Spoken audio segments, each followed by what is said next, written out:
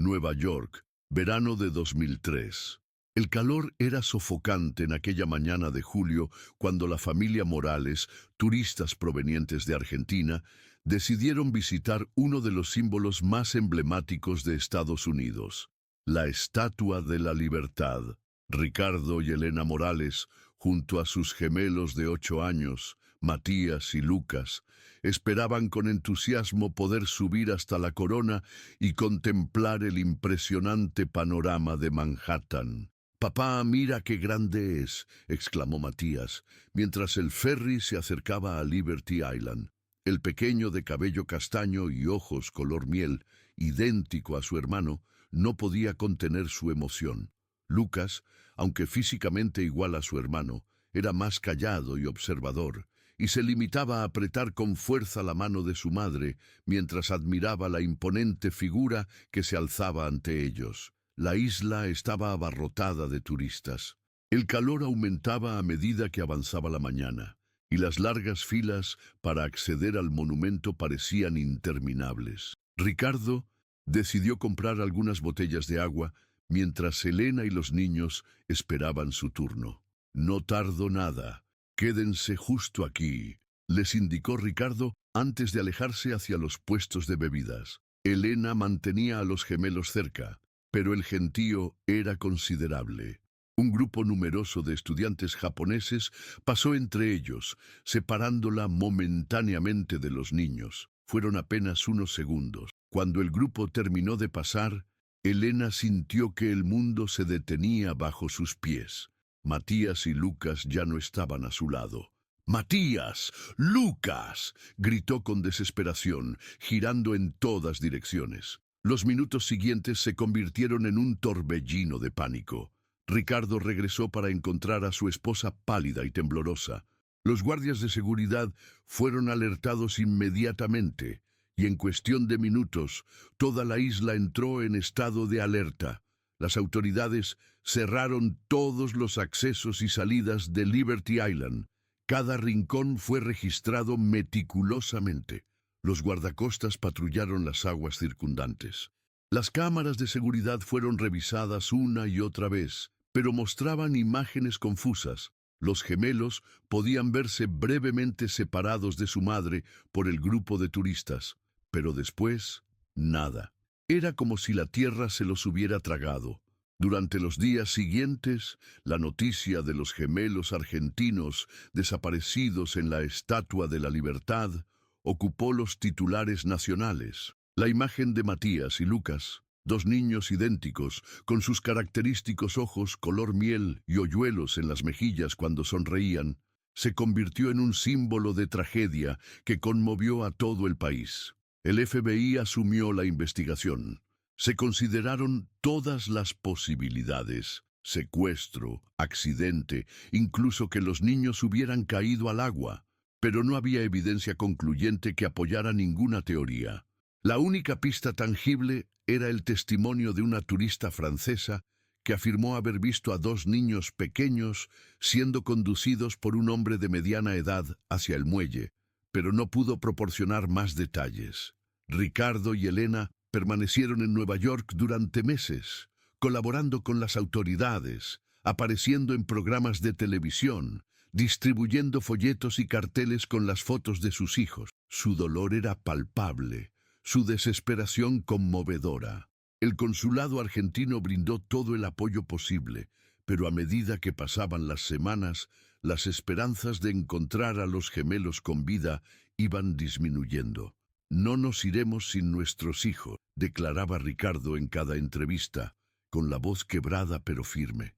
Elena, por su parte, había dejado de hablar. Su mirada vacía reflejaba la devastación de una madre cuyo mundo se había desintegrado en cuestión de segundos. 6 meses después de la desaparición, sin nuevas pistas y con recursos agotados, los Morales se vieron obligados a regresar a Argentina. La investigación continuaría, les aseguraron, pero ya no sería prioritaria. El caso de los gemelos desaparecidos en la Estatua de la Libertad pasó gradualmente de los titulares principales a breves menciones y finalmente al olvido mediático. Para Ricardo y Elena, Sin embargo, el tiempo se congeló aquel caluroso día de julio de 2003. En su hogar en Buenos Aires, el cuarto de los gemelos permaneció intacto, como un santuario, a la espera de sus ocupantes. Las fotos de Matías y Lucas adornaban cada rincón de la casa, y cada noche, antes de dormir, Elena susurraba la misma plegaria: vuelvan a nosotros, donde sea que estén.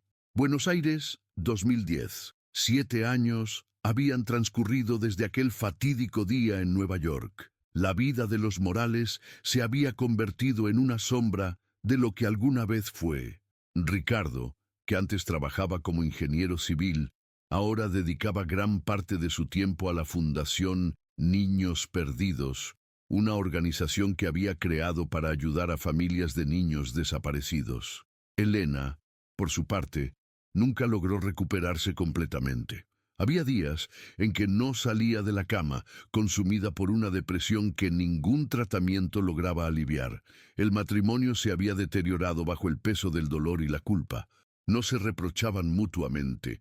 Ambos sabían que había sido un terrible accidente, pero la ausencia de Matías y Lucas era una herida que no cicatrizaba, un abismo insalvable entre ellos. Carmen, la hermana menor de Elena, era quien mantenía unida a la familia.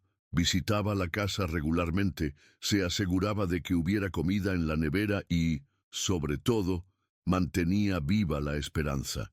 Y han encontrado niños después de 10, 15 años, repetía Carmen, mientras preparaba el café en la cocina de los Morales. No podemos rendirnos. Ricardo asintió distraídamente, revisando por enésima vez los viejos expedientes del caso. El FBI había cerrado oficialmente la investigación en 2006, pero él seguía en contacto con un detective privado en Nueva York que ocasionalmente verificaba nuevas pistas, aunque éstas eran cada vez más escasas. Esta semana publicaron otro artículo sobre nosotros, comentó Ricardo, mostrándole a Carmen una revista. El 10º caso sin resolver más misterioso de la década. Al menos mantiene la historia viva, respondió Carmen, sirviendo el café. La rutina de los Morales había adquirido un ritmo predecible. Cada año, en el aniversario de la desaparición, organizaban una conferencia de prensa a través de la fundación. Ricardo viajaba ocasionalmente a Nueva York para reunirse con las autoridades y recordarles que el caso seguía abierto para la familia. Y 2 veces al año contrataban a un artista forense para crear imágenes actualizadas de cómo podrían lucir Matías y Lucas a medida que crecían. Ese día, mientras Carmen preparaba la cena, sonó el teléfono. Era un detective de la policía de Nueva York, alguien que Ricardo no conocía. «Señor Morales, lamento molestarlo», dijo el detective en un español con fuerte acento americano. «Hemos recibido información sobre un caso que podría estar relacionado con sus hijos». El corazón de Ricardo se aceleró, como lo hacía cada vez que surgía una nueva pista. «¿Qué tipo de información?», preguntó, tratando de controlar el temblor en su voz. Un hombre fue arrestado en Connecticut por tráfico de personas. Durante el interrogatorio, mencionó algo sobre los gemelos de la estatua. «Estamos investigando». Ricardo se aferró al teléfono con tanta fuerza que sus nudillos se tornaron blancos. Habían tenido falsas esperanzas antes, demasiadas veces, pero nunca dejaba de doler, nunca dejaba de provocar ese destello de posibilidad. «¿Cuándo sabrán más?», preguntó. «Le llamaremos en cuanto tengamos algo concreto». 3 semanas después, llegó otra llamada. El detenido había proporcionado más información, pero resultó ser sobre otro caso de gemelos, adolescentes brasileñas, traficadas 5 años antes. Otra pista falsa, otro golpe para los ya frágiles corazones de Ricardo y Elena. Fue después de esta decepción que Elena tomó una decisión. Una mañana, mientras Ricardo desayunaba, ella se sentó frente a él con una determinación que no había mostrado en años. «Quiero regresar a Nueva York», declaró. «Quiero sentir a mis hijos cerca, aunque sea una última vez». Ricardo la miró sorprendido. Elena apenas había salido de Buenos Aires desde su regreso de Estados Unidos. La idea de que quisiera volver al lugar donde habían perdido a sus hijos era inesperada. ¿Estás segura?, preguntó con cautela. Sí, respondió ella con firmeza. Necesito cerrar este capítulo, Ricardo, de una forma u otra. 2 meses después, Ricardo y Elena aterrizaron en el aeropuerto JFK. La ciudad había cambiado en algunos aspectos, pero para ellos seguía siendo el escenario de su peor pesadilla. Se hospedaron en un pequeño hotel en Brooklyn, lejos del bullicio turístico de Manhattan. El primer día, visitaron la oficina del FBI donde habían pasado tantas horas hace años. Algunos agentes aún los recordaban, pero no había novedades en el caso. Después, se dirigieron a Liberty Island. Era octubre, y el clima fresco contrastaba con el calor sofocante de aquel julio de 2003. La isla estaba menos concurrida. Ricardo y Elena permanecieron en silencio mientras el ferry se acercaba a la estatua. Para cualquier observador, serían solo una pareja de turistas más, pero cada metro que avanzaban era un viaje doloroso a través del tiempo. Al llegar a la isla, Elena se detuvo exactamente en el lugar donde había perdido de vista a sus hijos. Cerró los ojos, como si intentara percibir alguna señal, algún residuo de la presencia de Matías y Lucas. Ricardo la observó a distancia, respetando su momento de intimidad con el recuerdo. «Lo siento aquí», murmuró Elena cuando Ricardo finalmente se acercó. «Pero también sé que ya no están». Aquella noche, en la habitación del hotel, Elena lloró hasta quedarse dormida. No era un llanto de desesperación como tantos otros, sino uno diferente, casi liberador. Ricardo la abrazó en silencio, sintiendo que algo fundamental había cambiado en su esposa, y quizás también en él. Al día siguiente, mientras paseaban por Central Park, Elena se detuvo frente a un artista callejero que realizaba retratos. Observó fascinada cómo el hombre, con unos cuantos trazos, capturaba la esencia de una joven pareja. «Quiero un retrato», dijo de repente, volviéndose hacia Ricardo. «Un retrato de cómo serían Matías y Lucas ahora. Tenemos las proyecciones del artista forense», le recordó él. «No, quiero algo diferente, algo real, no una proyección científica». Ricardo comprendió lo que Elena necesitaba. No era un ejercicio de investigación, sino un acto de sanación. Asintió y se acercó al artista para explicarle lo que querían. El hombre, un anciano de origen italiano llamado Giuseppe, escuchó atentamente su historia. Con una sensibilidad extraordinaria, pidió ver fotografías de los gemelos y realizó preguntas sobre sus personalidades, sus gestos, sus expresiones características. Durante 3 horas, Giuseppe trabajó en silencio, mientras Ricardo y Elena esperaban en un banco cercano. Cuando finalmente les mostró el resultado, ambos contuvieron la respiración. Ante ellos estaban Matías y Lucas, no como habían sido, sino como podrían ser ahora. 2 adolescentes de 15 años, con los mismos ojos color miel, pero con rasgos más definidos, más maduros. «Es perfecto», susurró Elena, con lágrimas en los ojos. «Es como si los hubiera conocido». Aquel retrato se convirtió en el tesoro más preciado de Elena. Al regresar a Buenos Aires, lo colgó en la sala, reemplazando una de las tantas fotografías de los gemelos cuando niños. Era su forma de permitir que sus hijos crecieran, aunque fuera solo en su corazón. Poco a poco, la vida de los Morales comenzó a cambiar. Elena volvió a trabajar como profesora de literatura en un colegio secundario. Ricardo continuó con la fundación, pero también retomó algunos proyectos de ingeniería. El dolor seguía ahí, siempre presente, pero ahora coexistía con una aceptación que antes parecía imposible. Y cada noche, antes de dormir, Elena ya no susurraba una plegaria desesperada. En cambio, miraba el retrato de Giuseppe y decía: «Buenas noches, mis niños, donde quiera que estén, espero que estén bien». Filadelfia, 2003-2020. A poco más de 150 kilómetros de donde los gemelos Morales desaparecieron, Una nueva vida comenzaba para dos pequeños niños de 8 años. James Miller, un respetado profesor de arte en la Universidad de Pensilvania, había regresado de un viaje a Nueva York con dos sobrinos, Mark y Luke. Según explicó a sus vecinos y colegas, los niños eran hijos de su hermana, quien había fallecido recientemente en un accidente automovilístico junto con su esposo. Como único familiar cercano, James se había convertido en su tutor legal. La historia era convincente y nadie tuvo motivos para dudar. Los documentos parecían estar en orden, y James, un hombre solitario de 45 años, conocido por su carácter reservado pero amable, se adaptó sorprendentemente bien a su nuevo rol de padre adoptivo. Los niños, que apenas hablaban inglés al principio, fueron matriculados en una escuela privada donde se les proporcionó apoyo para superar el trauma de perder a sus padres y adaptarse a su nuevo hogar.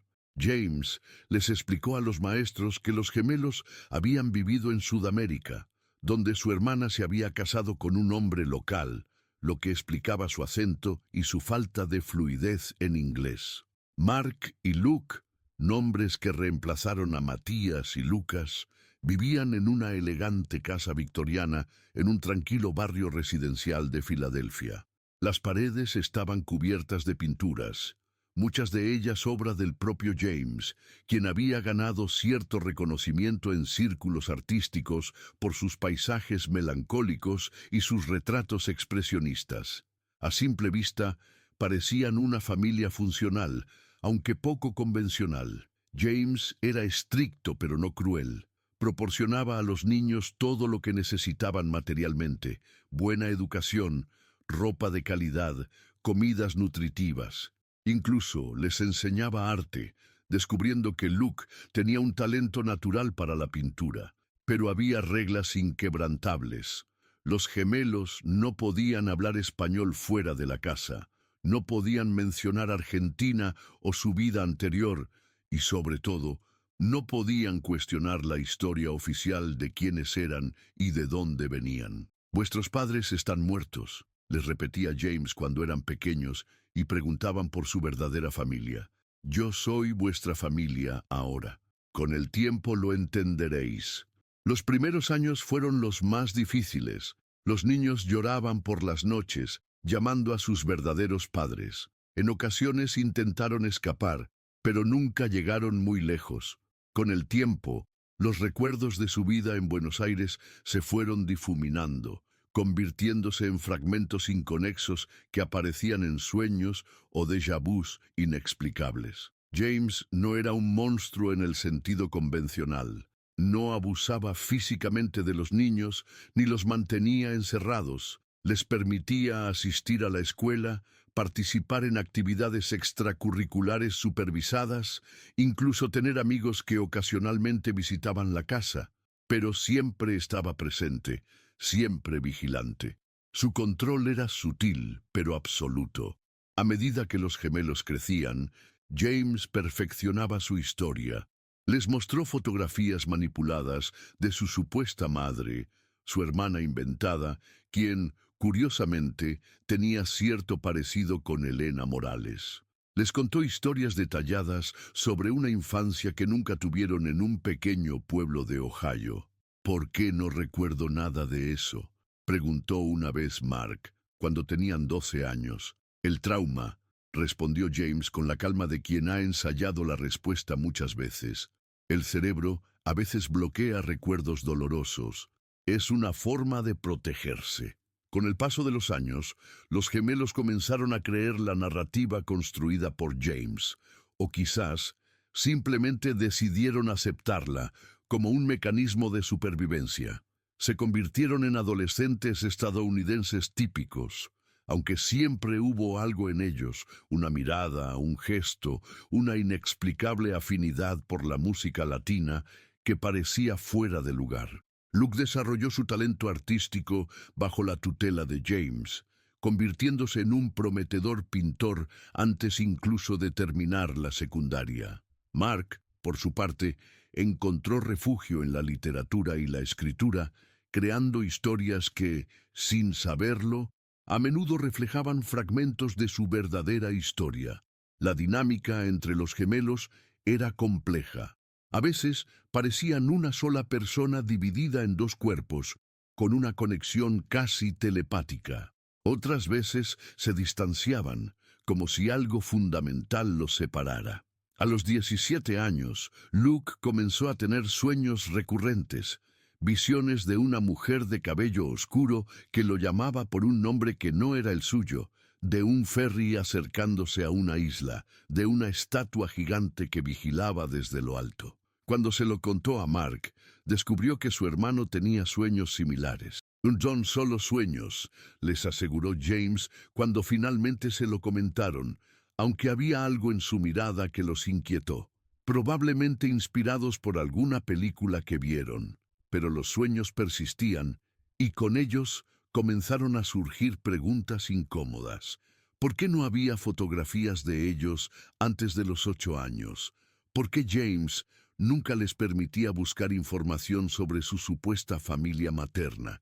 ¿Por qué se ponía tenso cada vez que veían noticias sobre niños desaparecidos? El punto de inflexión llegó en el verano de 2020, cuando los gemelos cumplieron 25 años. James, ahora de 62 años, había comenzado a mostrar signos de una enfermedad degenerativa. Los médicos diagnosticaron Parkinson en etapa temprana, pero las manos del artista, antes firmes y precisas, ahora temblaban incontrolablemente. Una noche, mientras Luke ayudaba a James a organizar su estudio, encontró una caja cerrada con llave en el fondo de un armario.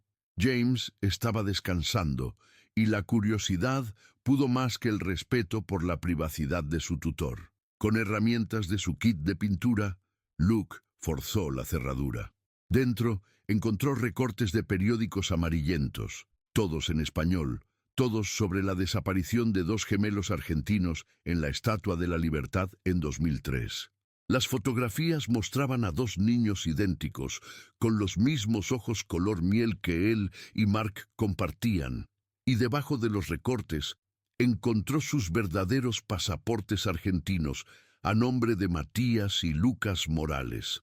Luke se quedó paralizado, sintiendo cómo el mundo que conocía se desmoronaba a su alrededor. Con manos temblorosas, tomó los documentos y se dirigió a la habitación de Mark, quien estaba estudiando para un examen final de su maestría en literatura. «Mark», dijo, con una voz apenas audible, «tenemos que hablar. Creo que toda nuestra vida ha sido una mentira». Esa noche, los gemelos confrontaron a James. El anciano, debilitado por la enfermedad y acorralado por la evidencia, finalmente confesó la verdad.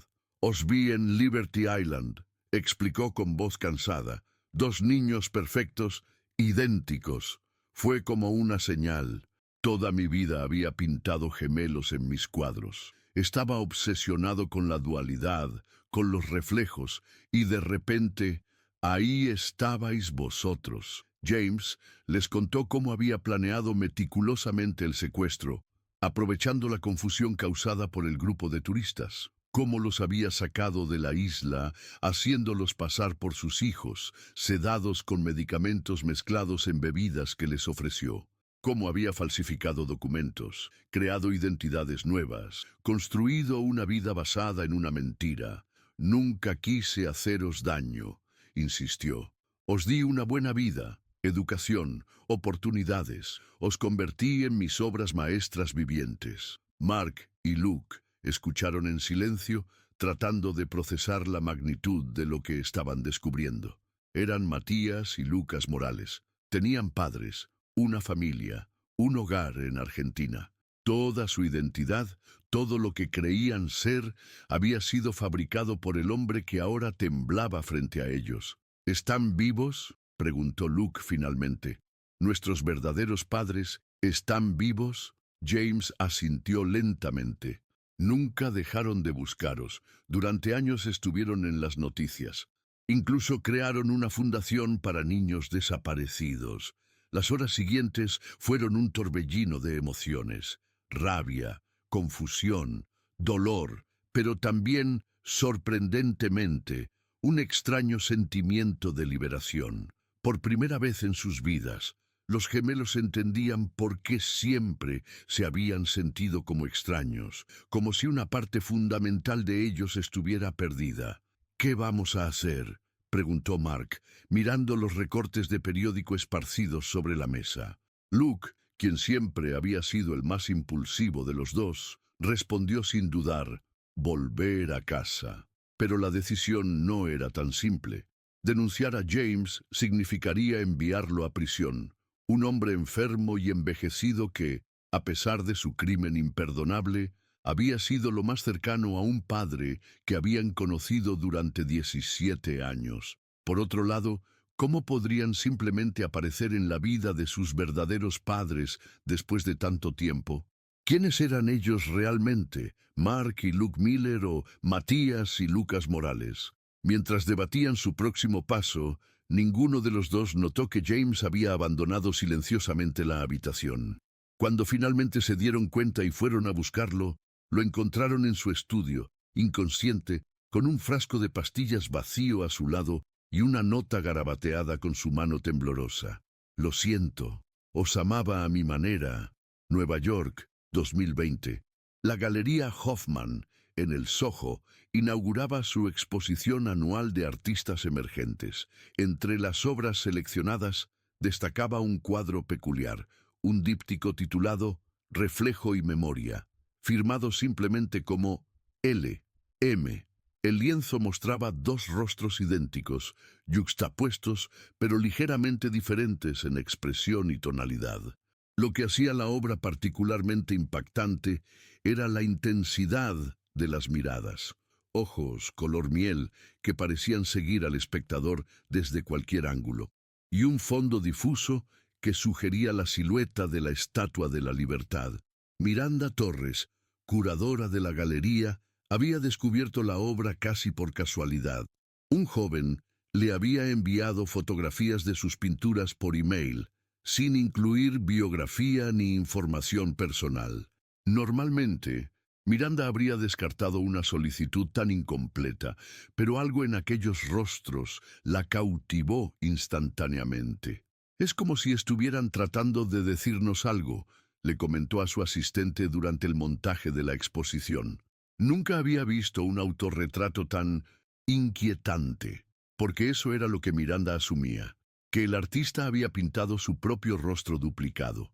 Lo que ella no sabía era que L.M. eran las iniciales de Luke Miller, antes conocido como Lucas Morales, y que el cuadro era mucho más que un simple autorretrato. Después del intento de suicidio de James, los gemelos habían pasado por un período turbulento. James sobrevivió, pero quedó hospitalizado con daño neurológico severo. Los médicos no esperaban que recuperara la conciencia plena. La policía de Filadelfia inició una investigación, pero los hermanos, abrumados por sentimientos contradictorios, decidieron no revelar toda la verdad por el momento. «Necesitamos tiempo», había insistido Mark. «Tiempo para decidir quiénes somos realmente». Durante meses, investigaron su propia historia. Leyeron cada artículo disponible sobre la desaparición de los gemelos Morales. Encontraron entrevistas con sus padres biológicos. Descubrieron la existencia de la Fundación Niños Perdidos en Buenos Aires. Pero cada nuevo descubrimiento solo aumentaba su confusión. «¿Y si ya no nos reconocen?», planteó Luke una noche. «Han pasado 17 años. Somos adultos ahora, con acentos americanos y vidas completamente diferentes». La ansiedad sobre cómo abordar a sus padres biológicos los paralizaba. Finalmente, Luke tuvo una idea. Pintaría un cuadro, una obra que contuviera pistas sobre su identidad, y lo exhibiría en Nueva York, donde todo había comenzado. Si sus padres aún buscaban señales, si el destino existía realmente, tal vez la pintura serviría como puente entre mundos separados. Mark, siempre más cauto, tenía dudas sobre este enfoque indirecto. «¿Por qué no simplemente contactarlos directamente?», preguntó. «Un email, una llamada, no es tan simple», respondió Luke. Necesito saber si están listos para encontrarnos, y necesito estar seguro de que estamos listos para ser encontrados. El díptico tomó meses para completarse. Luke trabajó obsesivamente, incorporando elementos simbólicos que solo alguien familiarizado con su historia podría reconocer. Un pequeño mate argentino casi oculto en una esquina, un libro de texto en español apenas visible en un estante, y sobre todo, aquellos hoyuelos en las mejillas que Elena siempre había adorado en sus pequeños. Cuando Miranda Torres recibió las fotografías del cuadro terminado, no dudó en incluirlo en la exposición. Y ahora, mientras los invitados recorrían la galería en la noche de apertura, reflejo y memoria, generaba precisamente la reacción que Luke había esperado: intriga, fascinación, incluso cierta incomodidad. Entre los asistentes, esa noche se encontraba Javier Gutiérrez, un periodista argentino radicado en Nueva York que cubría eventos culturales para varios medios latinoamericanos. Javier se detuvo frente al díptico, inicialmente atraído por la técnica, pero pronto sintió un extraño reconocimiento. Aquellos rostros le resultaban vagamente familiares. Buscó a Miranda para obtener más información sobre el artista. Lo siento, pero L.M. ha preferido mantener el anonimato, explicó la curadora. Solo sé que es joven, talentoso y basado en Filadelfia. Javier fotografió el cuadro con su teléfono y esa noche, en su apartamento, comenzó a investigar. La sensación de familiaridad lo perseguía. ¿Dónde había visto esos rostros antes? Después de horas revisando archivos y bases de datos, finalmente lo encontró. Un viejo artículo sobre niños desaparecidos, específicamente sobre los gemelos Morales, que él mismo había escrito para un periódico argentino años atrás. El artículo incluía una imagen generada por ordenador, creada por un artista forense, que mostraba cómo podrían lucir los gemelos como adolescentes. El parecido con los rostros del cuadro era asombroso. Javier permaneció despierto toda la noche, conectando puntos. Las iniciales L.M. podrían corresponder a Lucas Morales, la Estatua de la Libertad al fondo del cuadro. Los ojos color miel, los hoyuelos en las mejillas. Era una posibilidad remota, pero lo suficientemente intrigante como para investigar más a fondo. A la mañana siguiente, contactó a la Fundación Niños Perdidos en Buenos Aires. Después de explicar su teoría, le pusieron en contacto directamente con Ricardo Morales. «Señor Morales», dijo Javier, eligiendo cuidadosamente sus palabras, «he encontrado algo que podría interesarle, un cuadro en una galería de Nueva York, con rostros que me recuerdan a las proyecciones de cómo se verían sus hijos hoy». Ricardo, quien había aprendido a moderar sus expectativas después de años de falsas esperanzas, mantuvo un tono cauteloso. «¿Tiene alguna fotografía? Se la estoy enviando por email ahora mismo», respondió Javier. El periodista escuchó el silencio al otro lado de la línea, mientras Ricardo presumiblemente abría el archivo. Luego, un sonido ahogado, como si alguien luchara por respirar. «Señor Morales, ¿está usted bien?» «Los ojos», murmuró Ricardo finalmente, «son los ojos de mis hijos». 2 días después, Ricardo y Elena Morales aterrizaban en Nueva York. La noticia los había sacudido hasta los cimientos. No era la primera vez que recibían pistas potenciales sobre el paradero de sus hijos, pero había algo en este caso que sentían diferente. Quizás era la especificidad de las coincidencias, o tal vez, después de tantos años, simplemente estaban listos para creer. Javier los esperaba en el aeropuerto. Durante el trayecto hacia Manhattan, les proporcionó todos los detalles que había logrado recopilar. La galería había sido reacia a compartir información sobre el artista, citando acuerdos de confidencialidad, pero Javier había descubierto que la obra había sido enviada desde Filadelfia por alguien llamado Luke Miller. «¿Miller?», preguntó Elena, aferrándose al apellido como a un salvavidas. «¿Hay alguna conexión con la desaparición?» «Todavía no lo sé», admitió Javier, «pero estoy investigando». Hay un profesor de arte en la Universidad de Pensilvania con ese apellido James Miller. Tiene dos sobrinos que adoptó hace años, gemelos. Ricardo y Elena intercambiaron miradas. Después de tanto tiempo, sabían mantener sus emociones bajo control, pero la esperanza, esa peligrosa compañera, comenzaba a filtrarse nuevamente en sus corazones. La Galería Hoffman estaba concurrida cuando llegaron. Miranda Torres, quien había sido informada de la situación por Javier, los recibió personalmente y los condujo directamente al díptico. La reacción de Elena fue inmediata y visceral.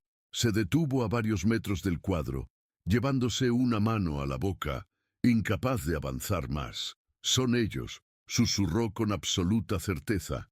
«Ricardo, son nuestros niños». Ricardo se acercó lentamente a la pintura, estudiando cada detalle con la intensidad de un hombre sediento frente a un oasis que teme sea un espejismo. Los rostros en el lienzo eran los de jóvenes adultos, pero podía ver en ellos a los niños que había perdido. La forma en que la luz se reflejaba en aquellos ojos color miel, la curva específica de la sonrisa que generaba esos hoyuelos familiares. El artista incluyó estos elementos deliberadamente, señaló Miranda, mostrándoles el mate argentino en una esquina del cuadro, el libro en español. Creo que está tratando de contar una historia. Su historia, completó Ricardo. Nuestra historia. Miranda les reveló entonces que había recibido un email de L.M. esa misma mañana, preguntando si alguien había mostrado interés especial en su obra. Como si estuviera esperando que alguien específico la viera, comentó la curadora. Con manos temblorosas, Elena le mostró a Miranda una fotografía en su teléfono, el retrato que Giuseppe, el artista callejero, había creado años atrás en Central Park, mostrando cómo imaginaba que lucirían Matías y Lucas como adolescentes. La similitud con el cuadro era innegable. «Necesitamos contactarlo», insistió Ricardo. «Sí, por favor». Miranda dudó, pero la emoción genuina de los Morales la conmovió. Finalmente, llamó al número que tenía registrado para el artista. La llamada fue breve, y cuando colgó, su expresión había cambiado. «Estará aquí mañana», anunció. «Dice que traerá a alguien con él». Las siguientes 24 horas fueron las más largas en la vida de Ricardo y Elena, desde aquellos primeros días después de la desaparición. Se hospedaron en un hotel cercano a la galería, apenas durmieron, discutiendo interminablemente qué dirían, qué preguntarían, cómo reaccionarían. «¿Y si no son ellos?», se atrevió a plantear Ricardo en un momento de duda. «Lo son», respondió Elena con una convicción que sorprendió a ambos. «Una madre sabe, Ricardo, siempre lo he sabido, están vivos». La mañana siguiente, la galería abrió especialmente para este encuentro privado.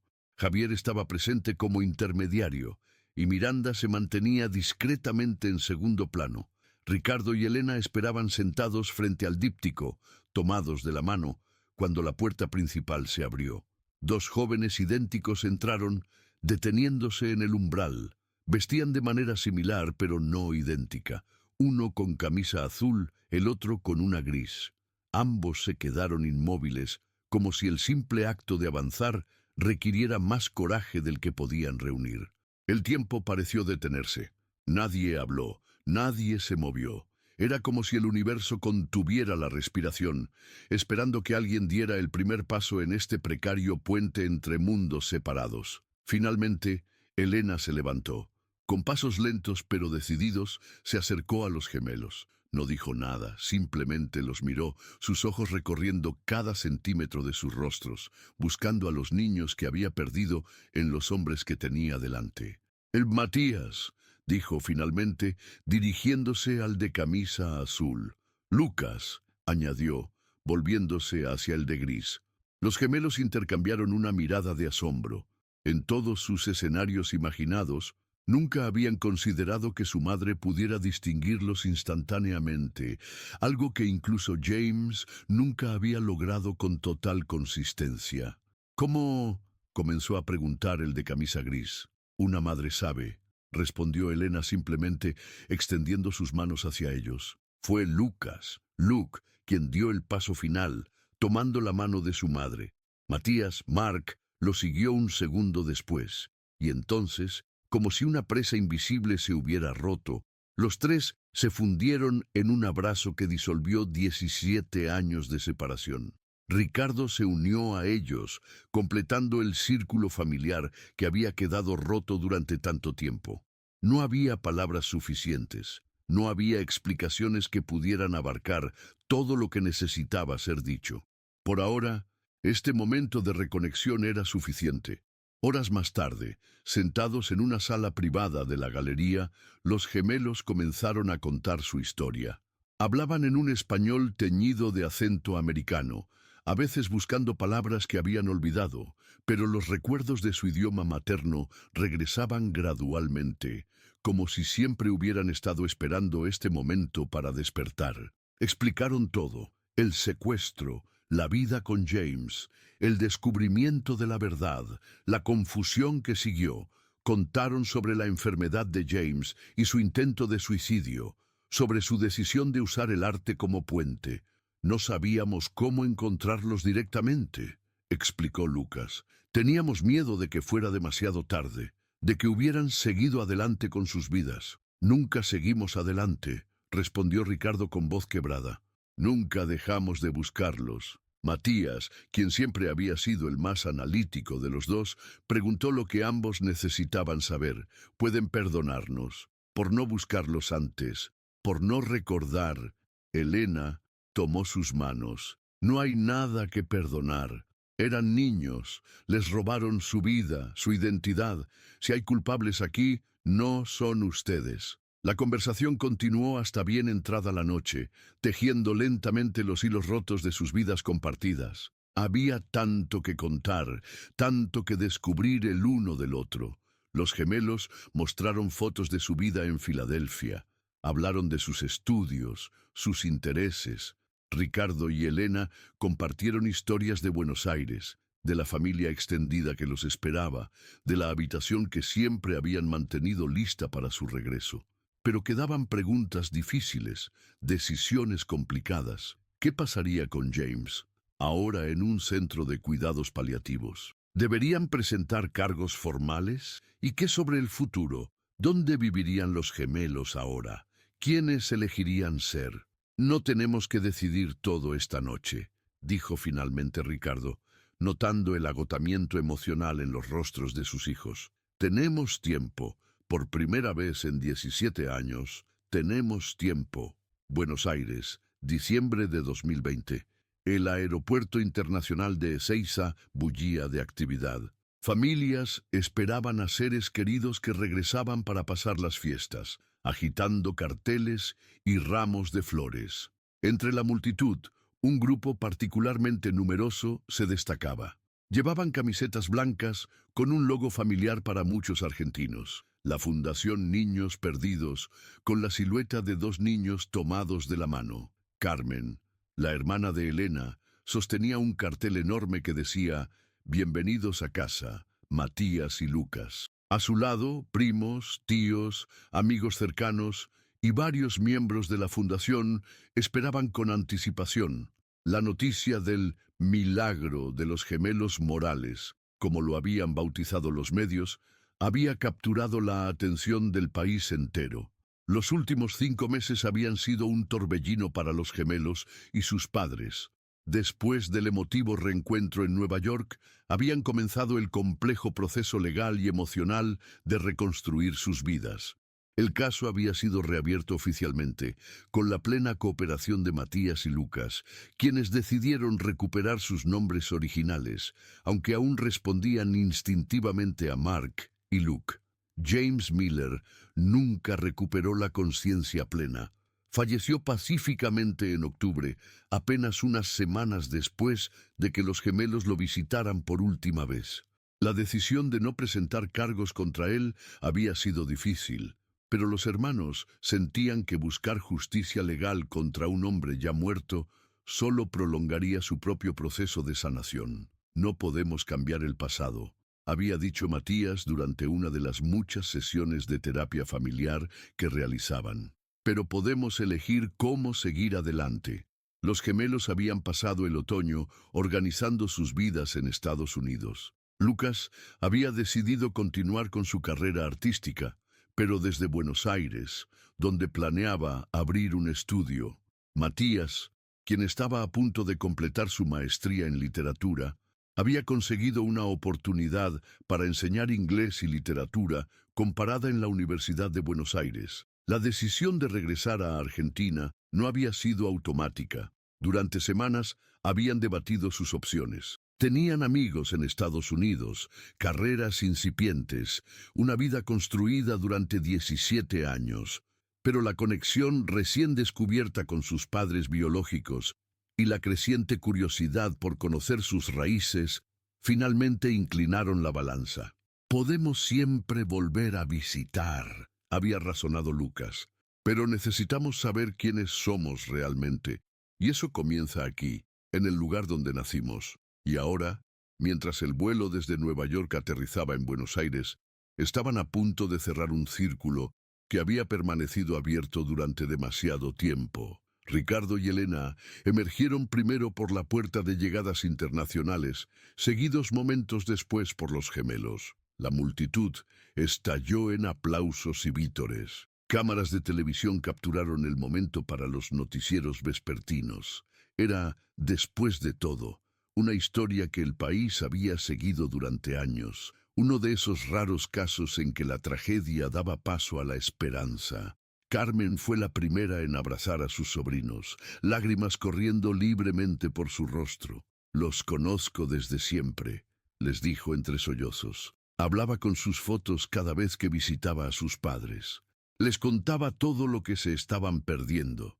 Los gemelos, abrumados por la calidez de esta bienvenida, se dejaron envolver por abrazos de personas que los conocían desde siempre, aunque ellos las estaban conociendo por primera vez. Era desconcertante y reconfortante a partes iguales. El trayecto desde el aeropuerto hasta la casa familiar en el barrio de Palermo fue un viaje a través del tiempo. Ricardo señalaba lugares significativos: el parque donde habían aprendido a andar en bicicleta, la escuela primaria donde habían cursado apenas 2 años, la heladería que solía ser su favorita. Chocolate con dulce de leche para Matías, frutilla para Lucas, recordó Elena. Nunca compartían sabores, aunque compartían todo lo demás. Los gemelos intercambiaron miradas. Esas preferencias no habían cambiado, aunque durante años habían pedido chocolate and strawberry, en lugar de sus equivalentes en español. La casa era exactamente como aparecía en sus sueños más vívidos. Una construcción de 2 plantas con fachada de ladrillos a la vista y un pequeño jardín frontal donde un limonero había crecido considerablemente desde la última vez que lo vieron. «Nos plantamos ese árbol cuando ustedes nacieron», explicó Ricardo mientras abría la puerta principal. Era apenas un brote entonces. El interior de la casa había cambiado poco. Fotografías de los gemelos adornaban las paredes, mostrando su progresión, desde bebés hasta los 8 años, y luego las proyecciones creadas por artistas forenses a medida que pasaban los años. Y ahí, en un lugar destacado de la sala, colgaba una reproducción del retrato que Giuseppe había pintado en Central Park. Pero lo que verdaderamente capturó la atención de los gemelos fue una puerta cerrada al final del pasillo. Comenzó a preguntar Lucas. Elena asintió, sacando una llave que llevaba en una cadena alrededor del cuello. Su habitación. Está como la dejaron, más o menos. La limpiábamos regularmente. Cambiábamos las sábanas, como si en cualquier momento pudieran regresar. Con manos temblorosas, giró la llave y abrió la puerta. La habitación era un perfecto tiempo congelado. 2 camas gemelas con colchas que mostraban personajes de dibujos animados populares en 2003, estanterías llenas de libros infantiles en español, juguetes cuidadosamente organizados, dibujos pegados en las paredes. Era la habitación de niños de 8 años, preservada como un santuario durante 17 años. Matías fue el primero en entrar, caminando lentamente, tocando objetos que despertaban ecos distantes en su memoria. Un globo terráqueo, un pequeño trofeo de fútbol, una colección de autitos de carreras. Lucas se dirigió directamente hacia el escritorio compartido, donde encontró cuadernos de dibujo. Abrió uno y se quedó sin aliento. Los dibujos eran rudimentarios, propios de un niño, pero mostraban una clara inclinación hacia el arte que él había desarrollado posteriormente. «Siempre dibujabas», comentó Elena desde la puerta, observando la escena con una mezcla de alegría y melancolía. «Tu maestro de arte decía que tenías un don natural. Todavía lo tiene», dijo Matías con una sonrisa, poniendo una mano sobre el hombro de su hermano. Los días siguientes transcurrieron en un delicado equilibrio entre pasado y presente. Los gemelos recorrieron la ciudad, redescubriendo lugares que habían frecuentado como niños, conociendo rincones nuevos que habían surgido durante su ausencia. Visitaron a familiares, escucharon historias sobre su infancia, vieron videos caseros que desenterraban recuerdos fragmentados. La adaptación no fue siempre fácil. Había momentos de incomodidad, de desconexión cultural, de frustración lingüística. El español regresaba gradualmente, pero a veces las palabras se les escapaban y recurrían al inglés por reflejo. Sus gustos musicales, sus referencias culturales, incluso su sentido del humor habían sido moldeados por su vida en Estados Unidos. Una tarde, mientras ayudaba a su madre a preparar mate en la cocina, Lucas expresó una preocupación que había estado rondando sus pensamientos. «A veces siento que estamos interpretando un papel», confesó, «como si todos esperaran que seamos los niños que perdieron, pero esos niños ya no existen. Somos personas diferentes ahora». Elena dejó la hierba a un lado y tomó las manos de su hijo. «Nadie espera que sean quienes habrían sido si se hubieran quedado aquí», dijo con suavidad. «Eso es imposible. Solo queremos conocer a los hombres en que se han convertido». Esa noche, los gemelos tuvieron una larga conversación con sus padres en el patio trasero, bajo las estrellas del verano austral. Hablaron abiertamente sobre sus temores, sus esperanzas y sobre cómo visualizaban el futuro. «No queremos que sientan que tienen que compensar por el tiempo perdido», dijo Ricardo. «No hay deuda que saldar aquí. Solo un nuevo comienzo. Estábamos pensando», comenzó Matías, intercambiando una mirada con su hermano, «en trabajar con la fundación, usar nuestras experiencias para ayudar a otras familias». Lucas asintió. «Quiero pintar retratos de niños desaparecidos, no solo proyecciones forenses, sino verdaderas obras de arte que capturen su esencia, algo que mantenga viva su presencia en el mundo». La idea resonó profundamente con Ricardo y Elena. La Fundación Niños Perdidos había ayudado a resolver docenas de casos a lo largo de los años, pero muchos seguían abiertos. Muchas familias continuaban esperando un milagro como el que ellos habían recibido. A medida que se acercaba el Año Nuevo, la familia Morales se preparaba para celebrar su primera festividad juntos después de 17 años. Habían decidido hacerlo en la intimidad, solo los 4, antes de asistir a una recepción más grande organizada por la Fundación el día siguiente. El 31 de diciembre, mientras preparaban la cena, el timbre sonó. Elena abrió la puerta para encontrarse con Javier Gutiérrez, el periodista que había conectado las piezas inicialmente en Nueva York. «Espero no interrumpir», dijo, sosteniendo un paquete envuelto en papel de regalo. «Solo quería pasar a saludar y entregarles esto». El regalo era un libro, recién publicado, El otro lado del espejo, la historia de los gemelos Morales. Javier había documentado toda la historia, desde la desaparición hasta el reencuentro, con el pleno consentimiento de la familia. «El primer ejemplar», explicó, «sale a la venta la próxima semana». Ricardo hojeó el libro, deteniéndose en las fotografías. Había imágenes de los gemelos como niños, recortes de periódicos sobre la desaparición y finalmente fotografías recientes de la familia reunida. Las ganancias irán íntegramente a la fundación, añadió Javier. Espero que ayude a mantener la atención sobre otros casos abiertos. Esa noche, mientras la familia levantaba sus copas para brindar por el año nuevo, no hablaron de lo perdido, sino de lo encontrado. No se centraron en el tiempo robado, sino en el tiempo recuperado.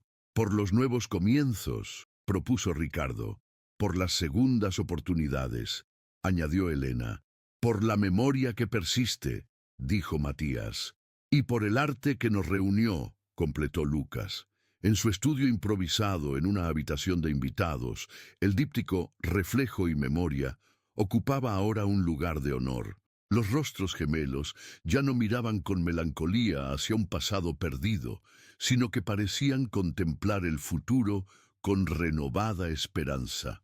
Y en algún lugar entre Nueva York y Buenos Aires, entre el trauma y la sanación, entre el recuerdo y el olvido, la historia de los gemelos Morales continuaba escribiéndose, ya no como una tragedia, sino como un testimonio del poder inquebrantable de los lazos familiares. Porque algunas conexiones son tan profundas que ni el tiempo, ni la distancia, ni siquiera el olvido forzado pueden romperlas por completo.